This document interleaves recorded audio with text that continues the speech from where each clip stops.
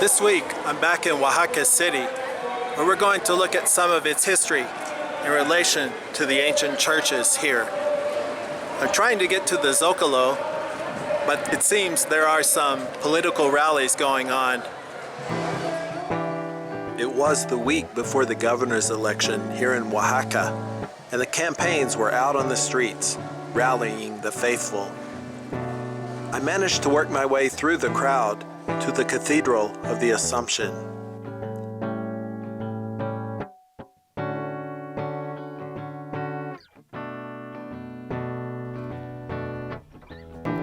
Right here on the Zocalo is the cathedral. Construction commenced in 1533, but it was felled twice by earthquakes and reconstructed, most recently in 1733. There are 14 chapels around its perimeter and a massive choir which sits right there in the center. There is a vibrant bronze sculpture of the Virgin, which came from Italy in the late 19th century, sitting behind the altar. That, along with the golden crucifix and stained glass windows, give the otherwise sedate interior a touch of Baroque sensibility.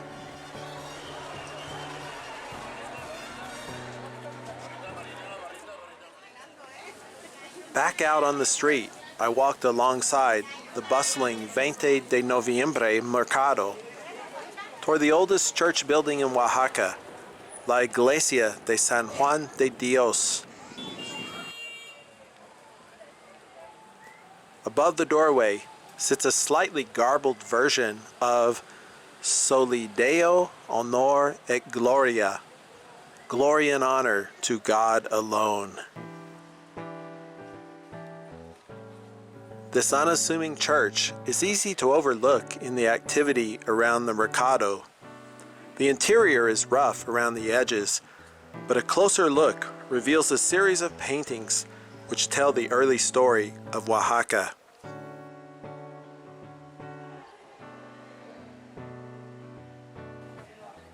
It shows the original fortification built at the base of Cerro de Fortín, along with the first Mass said here by Father Juan Diaz in 1521. This was just a couple of months after the Spanish conquest of Tenochtitlan. It shows the most likely forced baptism of Cosijopi, the last sovereign of Zachila, along with scenes of uprisings showing the fierce independence of the peoples here. Walking back toward the Zocalo, we find the Templo de la Compañía de Jesús. It's right there on a side street, directly across from the commercial frenzy of the Zocalo.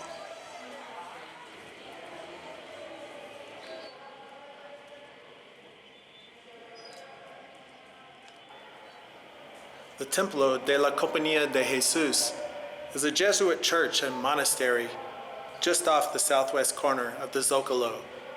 Construction was begun on the temple in 1579.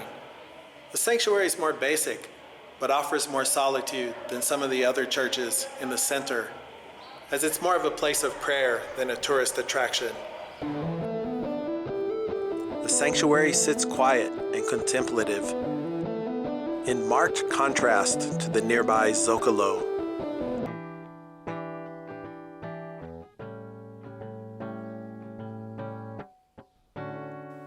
A side chapel has inscriptions to La Virgen in dialects of the native peoples, and inscriptions of canonized Mexican saints.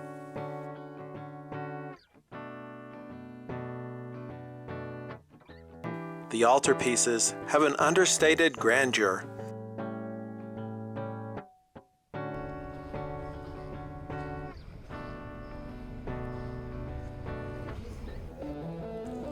Just to the side of the church entrance sits a passageway which leads to the working monastery.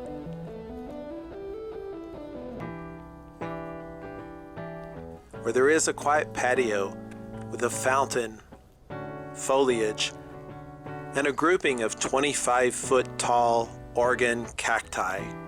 A perfect place for quiet reflection.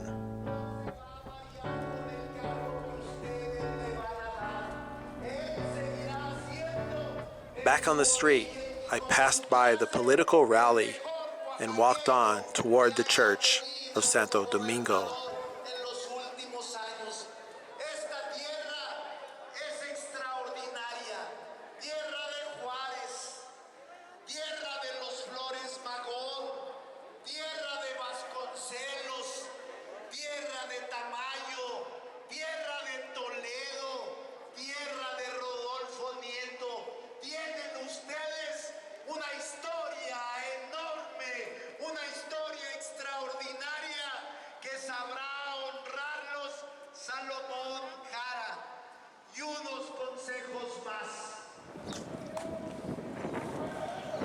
Finally, we come to the church of Santo Domingo, a few blocks to the north of the Zocalo. Construction began here in 1555, 3 short decades after the Spanish conquest.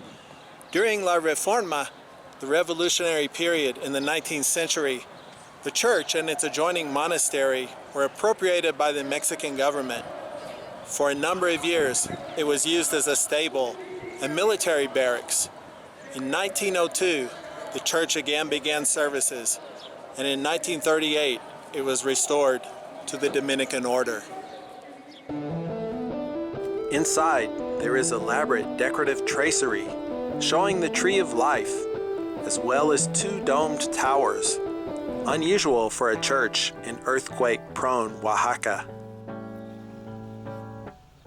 Its interior walls and altarpieces are designed in the elaborate 18th century style of the late Baroque, known as Rococo. Or as we might say in today's slang, it looks blinged out.